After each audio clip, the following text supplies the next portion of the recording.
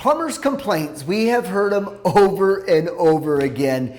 And the funny thing, running and operating a plumbing business for 30 years and hearing all of the plumbers' complaints from our customers, it just seems to be the same complaint over and over again. And it's so simple, but yet it's so difficult for these plumbers to really understand how to not get those complaints. So in today's video, we're going to give you the 5 biggest complaints that plumbers get from customers, but we're also going to give you 5 great solutions so you don't get those complaints. Well, let's get right to it.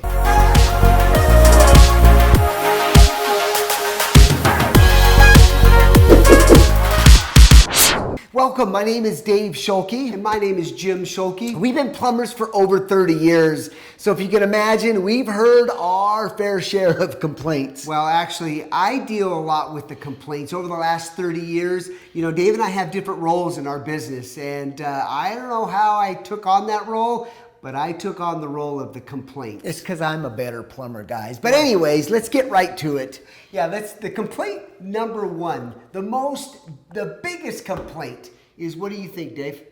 Being late. Absolutely. Being late.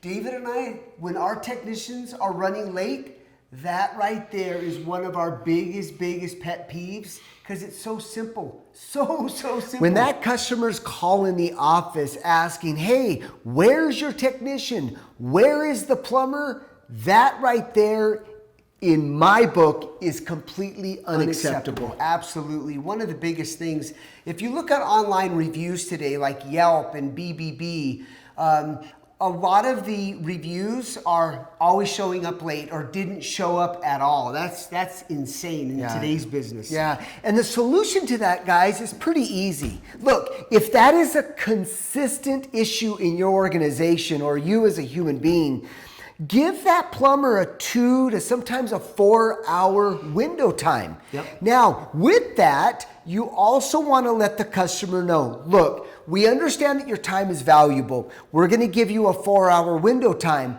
but we don't expect you to wait and wonder when we're going to show up. So the best solution to that is say, Mrs. Jones, with that 4-hour window time, would you like a 30-minute or a 60-minute courtesy call before I arrive?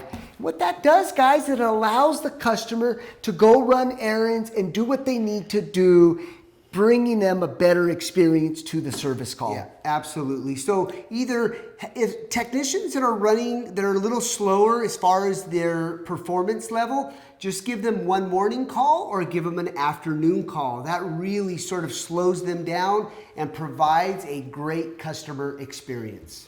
All right, so complaint number 2, and that's the messy plumber. How many times, guys, do we go into a home with a bunch of tools and we got so much going on, but we forget to clean up after ourselves? That's one of my pet peeves. There is no excuse to leave a bunch of debris and trash on the job site. Or when you're walking into a home, you guys, you don't want to walk in with muddy boots, have some shoe covers. That is huge. You will not get the complaints from clients. When you put on those shoe covers alone, I promise you, those customers will have a great experience and they won't complain. One of the other things about being really messy and sloppy that customers cannot stand is that when you're opening up a wall or a ceiling, and we've seen plumbers that are using hammers and they're just hammering away, dust, debris goes everywhere. So one of the things that you might want to consider, and a lot of these videos that we have show what we do, and that is build the critical barrier with plastic. Do something to prevent that dust. We also like the shop vacs with the HEPA filters. Yep. As you're cutting, all of that dust gets trapped inside the vacuum, preventing it from blowing all over the home. Yeah, you wouldn't believe how many complaints we've had to deal with as far as clients going in after plumbers, saying that, oh my gosh, these plumbers were an absolute nightmare. There was just dust everywhere. So that's a really good solution. That's right. So let's get into complaint number 3. That is body odor, breath. Stinky plumbers. Guys, you have no idea some of the calls that I've gotten in the past about plumbers, just the body odor, customers could not be around in the same room because the body odor and the breath. There's a lot of plumbers out there that smoke. Get it? That's your personal preference. But you got to have some Listerine or something to neutralize that odor. You can't go into somebody's home and expect a service under those conditions. In fact, I shot a great video on some of the tips and products that we like to use to stop that body odor. In fact, we get a lot of compliments going, God, what are you wearing? You smell so good. And that's the feedback that you want as a plumber. In fact, customers say I smell better than Dave. But anyways, let's get into complaint number 4, and that is overcharging. Look, guys, we work hard and we're out there really doing a great job, and it's expensive to run a plumbing business. So there's no doubt that we should be paid well for the type of work that we do. But understanding your numbers, understanding all of your overhead and your costs. In today's environment, customers can go online and figure out what a garbage disposal or a water heater cost or a faucet. All of those are full transparent online.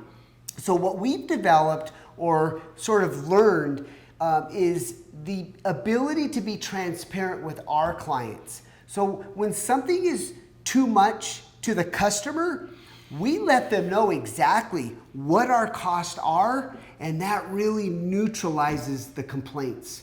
That's right. And one of the things that we like to offer as far as that transparency is we let them know that the way in which we price our work out, because sometimes we're known as, God, you guys are expensive compared to another plumbing company, right. and we get that. But the way we discipline our pricing is 50% goes to labor and material, our overhead. So workman's comp insurance is bought, all the stuff that it takes to run and operate a plumbing company is about 40%. So we try to make a 10 to 15 net profit if everything goes well. So that's the way we price out every single job, so it's consistent. Absolutely. And one of the things that we've also created for ourselves to really stop the complaints is we provide 3 different pricing solutions for those clients, because not every homeowner they all have certain budgets. Right. So, we always like to provide the best of the best with the longest warranty, all the way down to, we'll just do this little simple minor repair. That gives that customer some options and the ability to really look at us and go, I want to go with this one. And that literally has been a huge lifesaver as far as complaints